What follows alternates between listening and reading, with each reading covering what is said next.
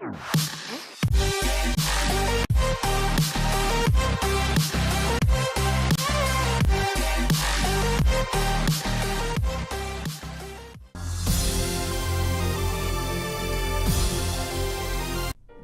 the Chow Chinchows JoesphGames here, and welcome to the team builder for week 3 of the WSS the World Showdown series. We are up against Auto and his Nijmegen Nuzleafs, and I'm kind of scared of this bout. It's going to be quite an interesting bout. I don't really know too much about what to do with this team, but I have had a few ideas, and we've had a discussion with Darude, who sadly yet again cannot be here this week. This week he's had to go in for some surgery. He's had some stomach troubles, so you know, my thoughts and prayers go out to Darude. Hopefully he has a speedy recovery, because I kind of need him for next week as well. You know, I need him to be my assistant coach for a very long time, because I'm still not fully finished with this idea of me winning a league. I want to win a league. Not this one, though. You know, I don't mind not winning the WSS, but, like, I want to win the IBL, so I want him to still be able to help me out with that. So I'm hoping for a speedy recovery. Not for my own personal gain, just to be a nice friend. I'm hoping that, you know, you get back on your feet soon, Darude. Anyway, so let's have a look at the Nijmegen Nuzleafs team.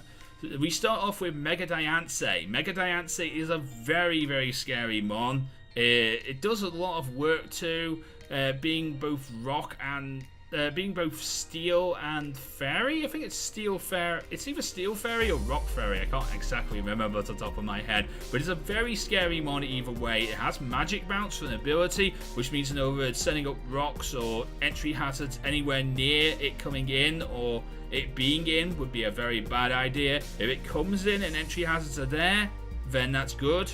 If it's eliminated and then I put up entry hazards, that's also good. If I need to put up entry hazards at all. Then we have Necrozma. Necrozma is a mon I actually tried to get banned in this series, because there was a vote and there were certain mons you could vote on to see if it got banned or not. And every coach had to vote. And I voted for Necrozma to be banned, and sadly it got in. The rest of the coaches actually wanted to keep it in. Apparently it's not as bad as I think it is, and we're also me and Darude were talking about it, and we don't think it's going to come. So I don't know.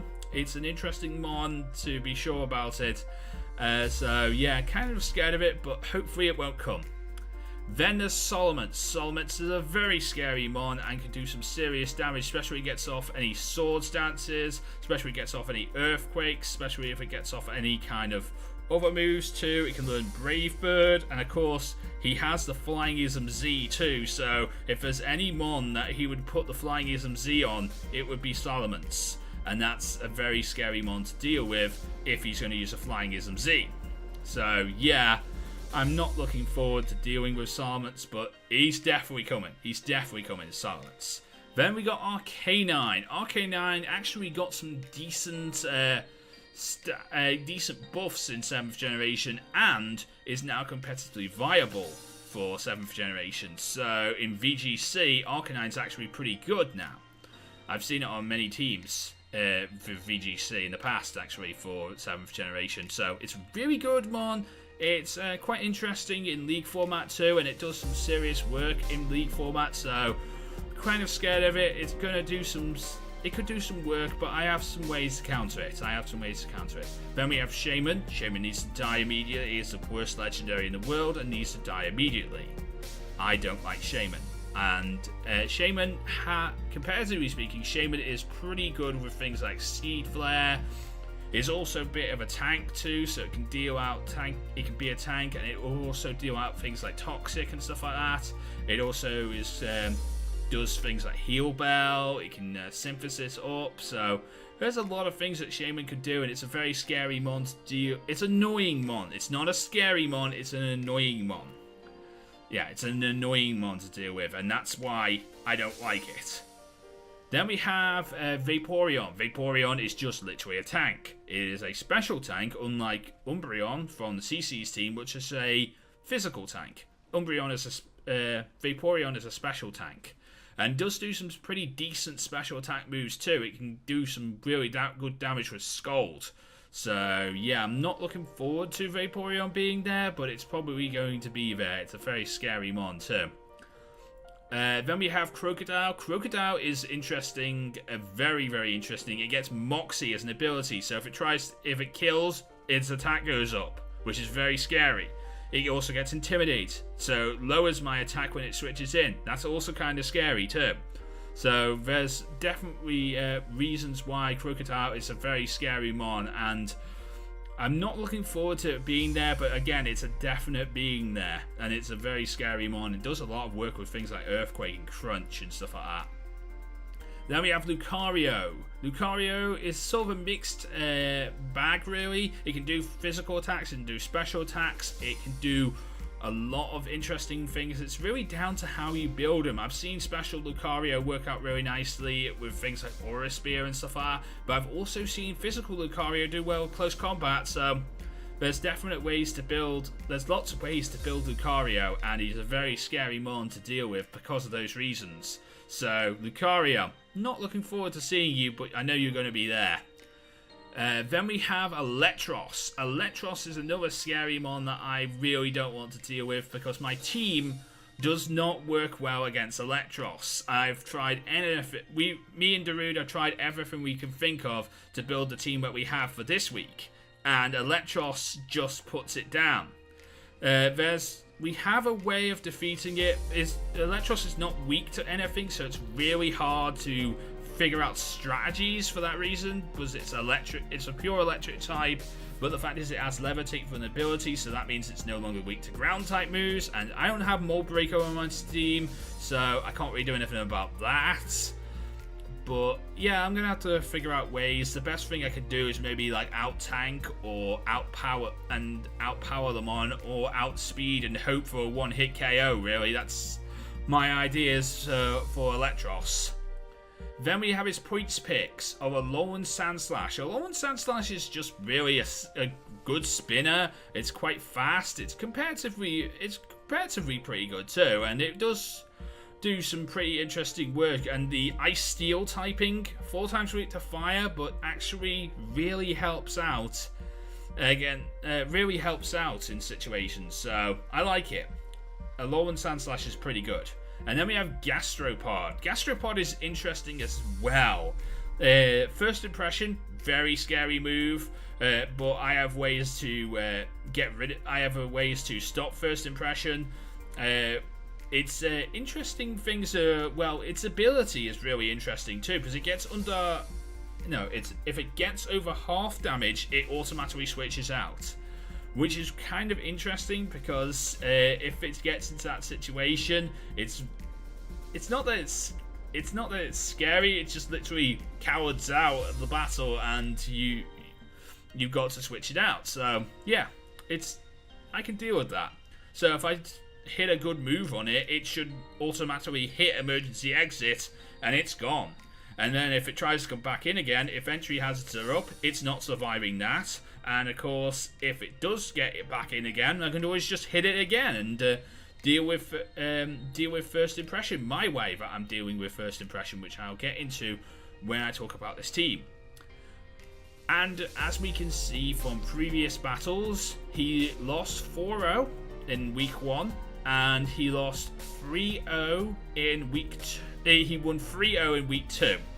But this is a forfeit victory because the Long Island Palpitoads did not. The Long Island Palpitoads did not get in to battle. They did not. They never actually met in battle. It was like Tuesday before anything was planned with week 3, because like some of the week 2's battles never actually happened, and this was one of them. So I'm very, very sad that I didn't get to see Auto and Palpy do some interesting work on the battlefield, but like it would have been interesting to have that match happen so I can strategize even more so, but there's not really much else I can do about it, sadly. I've had to watch the match between the Gyarados and the Nuzleafs a few times from week 1 just to try and develop a strategy for this team. Hopefully, I've got something, but we'll have to wait and see. So let's take a look at this team. There we go. This is the team that I am bringing to this week's battle, and I don't know, it seems pretty good. I like it at this moment in time, and it's kind of scary, but we can do some work. We can do some work against Auto. So let's take a look at this team and put it into detail for you guys. We start off with Bumble. Bumble is our female ninjask. Bumble is really interesting, actually. It is basically here for speed. It's basically to set up speed and maybe baton pass out, or it can do some damage whilst it's there as well. We're not carrying sword stats because we can't pass 2 stats. That's how this league works. I can only pass 1 stat, so if I'm passing something, I'm going to pass speed, not attack. And I can't pass sub either, so that's fine. But anyway, we've got Protect, U-Turn, Metal Claw, and Baton Pass on this moveset. Sadly, a Metal Claw is not a one-hit KO on Mega Diancie, so we might have to be hit by a Diamond Dust, and I don't really want to be hit by a Diamond Dust, so Bumble should probably not be in on a Mega Diancie. If anything, so I don't know. We're guaranteed to probably outspeed most things that aren't Scarfed. If we get up a boost, we'll probably definitely outspeed things that even are Scarfed. So yeah, we should be pretty good with Bumble. The Expert Belt does a lot more damage to super effective hits, so that should work out really nicely. Its stats are 252 in attack, 248 in HP, and 4 in special defense with an adamant nature. I'm looking forward to using Bumble. Hopefully Bumble can do some serious work for us. A little worried about it, but Ninjask is frail as hell, and I know that from Emerald 2. But yeah, I'm looking forward to seeing what I can do with this thing. Then we have Extension Cord returning to this team. This week it has a Shuckerberry and has the moves Energy Ball, Thunderbolt, Hidden Power Ice, and Protect. Protect is again here for first impression, and basically to help out with seeing what people are going to do. As for stats, we have 24 in HP, 4 in defense, 252 in special attack, 4 in special defense, and 224 in speed, rocking a timid nature to hopefully outspeed a few things that are part of the team. Basically, this is thing. Extension Cord does well against things like Gastropod. If we're going in against Gastropod, we're going to be using a Protect to stop first impression, and then of course we're going to put on a Thunderbolt, and hopefully that'll trigger emergency exit, so that thing is out of here. And if it tries to come back in later on in the battle, just use the exact same strategy, and it's not living 2. If it barely lives 1, I'll be surprised, but it might just live 1 Thunderbolt. If we get up some Beast Boost, it's definitely not living. That's the one thing about this. If I can kill some things and get up a Beast Boost or 2, I'm definitely going to be sweeping through the team with that. So that could work out very nicely too. Then we have Clubber Lang. Clubber Lang is this week holding a Choice Scarf with the Technician ability, Bullet Seed, Stone Edge, Force Palm, and Power Up Puncher on its moveset. So this is an interesting set, really. It's got Stone Edge here because I know Stone Edge is not Technician boosted, but it does do a serious amount of damage, so that's really good. All the other moves here are Technician boosted. Both Bullet Seed, Force Palm, and Power Up Punch are all Technician boosted. Power Up Punch got a debuff in Gen 7, but it can work out really nicely still. And if we can get up a few of them, it's going to be okay, really. It works. It's sort of the same power as Moth Punch, really. It just doesn't have the speed of Moth Punch. Moth Punch has priority and is guaranteed to hit first turn. Power Up Punch does not have this priority, but it works out pretty nicely as well. As we can see from the stats here, we have 16 in HP, 252 in attack, 4 in defense, 4 in special defense, 242 in speed, and rocking it adamant nature as well. And that is Clubber Lang. Then we have team captain Charles rejoining the team yet again for the 3rd week in a row with a life orb this time. Sheer force for the ability with Stealth Rocks, Ice Beam, Sludge Wave, and Earth Power. 252 in special attack, 4 in defense, 4 in special defense, sorry, and 252 in speed. So we have 252 in speed and special attack to do some serious damage and to hopefully outspeed some things, especially, hopefully, Solomon's. Hopefully we outspeed a Solomon's. If not, Charles is very much dead.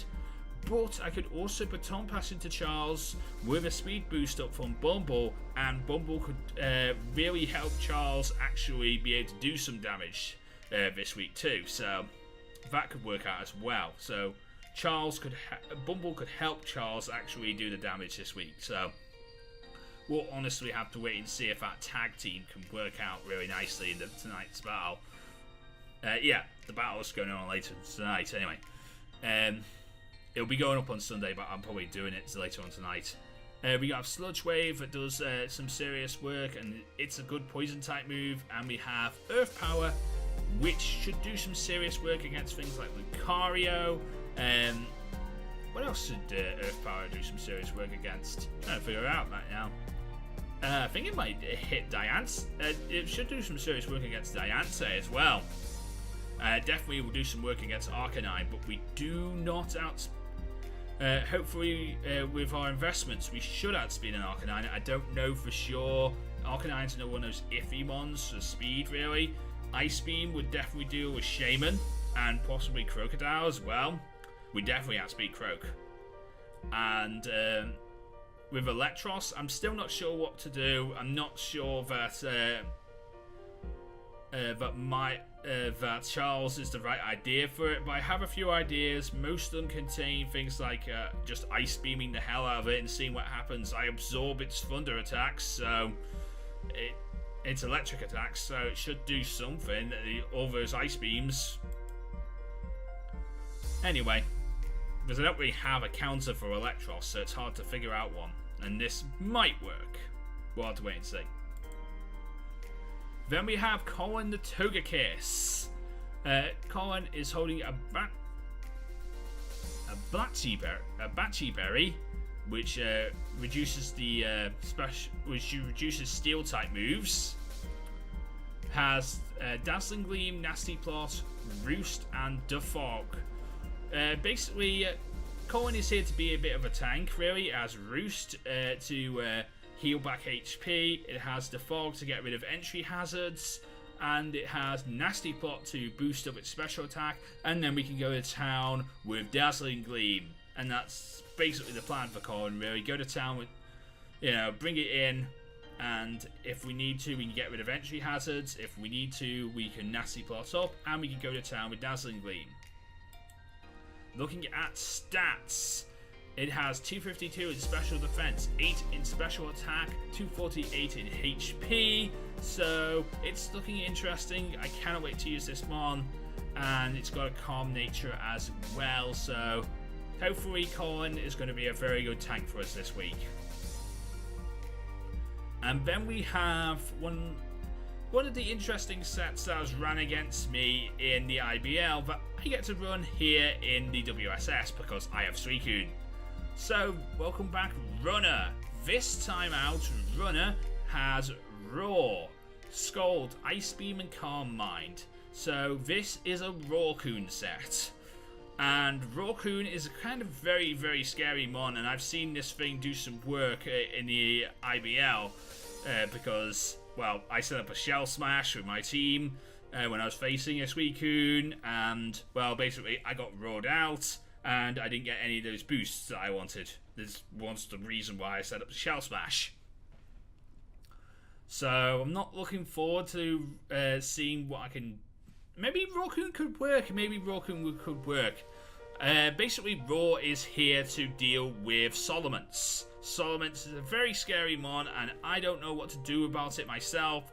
So if it does try to set up things like Dragon Dance, I can just roar it away. That is the plan. Get it away from me. Go away, Solomons. That is the plan. So hopefully that will work out and we'll be okay. We also have Scald to do some damage with its stab. Ice Beam is a very good move and could do some serious damage to things like, Mega Solomons. Not Mega Solomons, that'd be banned. But, regular Solomons and things like Crocodile as well, so we should do some serious damage. And Calm Mind is there to set up as well. Looking at stats, we have 252 in defense, 8 in special attack, and 248 in HP, rocking a bold nature. So, cannot wait to use this thing. Looking interesting is my entire team, really, and I'm a little scared of what's going to happen with the team, but hopefully everything should go to plan and I shouldn't have to be too scared about this team going into my battle. And finally, let's have a look at those standings going in to week 3. We're going into week 3. We are top. I didn't actually realise this, but this is the first time I'm looking at the standings. I am top of the table. That's not bad. Well, I'm sharing top of the table with 2 other teams as well. So technically, I'm equal first. Yeah, I'm equal first alongside the Cape Aardvarks and the Adelaide Aggrons, who all have a +8 differential, just like me.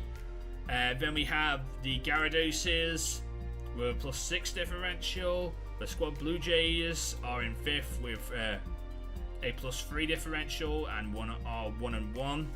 Then we have the Star Raptors that are in 6th place with a 0 differential and a 1-1. Pool Plitlubs, coached by CC, our opponents last week, are in 7th.